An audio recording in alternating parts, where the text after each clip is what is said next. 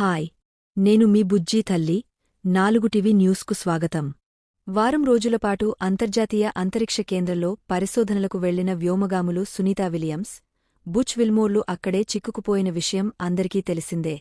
అయితే 9 నెలలపాటు అక్కడే ఉన్న వీళ్లు భూమ్మీదకు రాబోతున్నారు. ఈ క్రమంలోనే వీరి జీతభత్యాల ఎంతో తెలుసుకునేందుకు అంతా ఆసక్తి కనబరుస్తున్నారు. ముఖ్యంగా సుదీర్ఘకాలం అంతరిక్షంలోనే ఉండిపోయినందుకుగాను నాసా వీరికి ఏమైనా ఎక్కువ డబ్బులు ఇస్తుందా, ఇస్తే ఎంత మొత్తంలో అధికంగా చెల్లిస్తుందని తెలుసుకునే ప్రయత్నం చేస్తున్నారు. ఆ పూర్తి వివరాలు మీకోసం.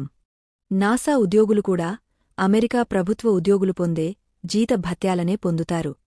వ్యోమగాములకు జనరల్ షెడ్యూల్ జీఎస్ నుంచి జీఎస్ కింద చెల్లింపులు చేస్తారు. ముఖ్యంగా సునీతా విలియమ్స్, బుచ్ విల్మోర్లు అత్యధిక గ్రేడ్ జీఎస్ గ్రేడ్ పే జీతం అందుకున్నారు. ఈ లెక్కన వీరిద్దరికీ ఏడాదికి $1,24,133 నుంచి $1,62,372 వరకు ఉంటుంది.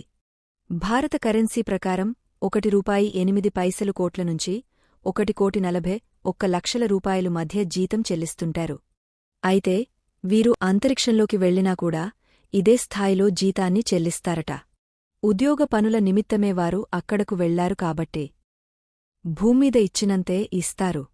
అంతరిక్షంలో నిర్దేశిత సమయం కంటే ఎక్కువ రోజులు పనిచేసినప్పటికీ ఈ వ్యోమగాములకు ఎలాంటి అదనపు చెల్లింపులు ఉండవని నాసా విశ్రాంత వ్యోమగామి క్యాడీ కోల్మన్ తెలిపారు. సాధారణంగా వచ్చే జీతంతో పాటు అంతరిక్షంలో ఆహారం, బస ఖర్చులను నాసాయే భరిస్తుందని వివరించారు. ఇలాంటి అనూహ్య పరిణామాలు చోటు చేసుకున్నప్పుడు మాత్రం కాస్త ఎక్కువ డబ్బులు ఇస్తారని అన్నారు. అది కూడా చాలా తక్కువ అని. ముఖ్యంగా రోజుకు $4 మాత్రమే ఎక్కువ ఇచ్చే అవకాశముందని చెప్పుకొచ్చారు.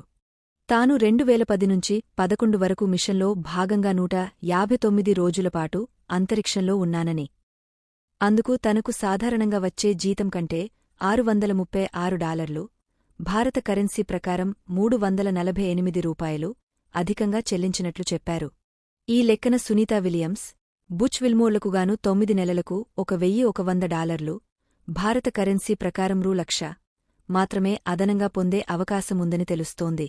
ఇదంతా ఇలా ఉండగా జూన్ 2024 5వ తేదీన సునీతా విలియమ్స్, విల్మోర్లు 8 రోజుల పర్యటనలో భాగంగా అంతరిక్ష కేంద్రానికి వెళ్లారు. కాని వారు వెళ్లిన వ్యోమనౌకలో సాంకేతిక సమస్యలు తలెత్తడంతో 9 నెలలపాటు అక్కడే ఉండాల్సి వచ్చింది. అయితే తాజాగా వీరిని తీసుకువచ్చేందుకు నాసా, స్పేస్ ఎక్స్ సంస్థలు కలిసి క్రూ మిషన్ను ప్రారంభించాయి. ఈ క్రమంలోనే ఫాల్కన్ రాకెట్ నింగిలోకి దూసుకెళ్లగా విజయవంతంగా డాకింగ్ పూర్తయింది. మరో 3 రోజుల్లోనే వీరు భూమ్మీదకు రాబోతున్నట్లు తెలుస్తోంది.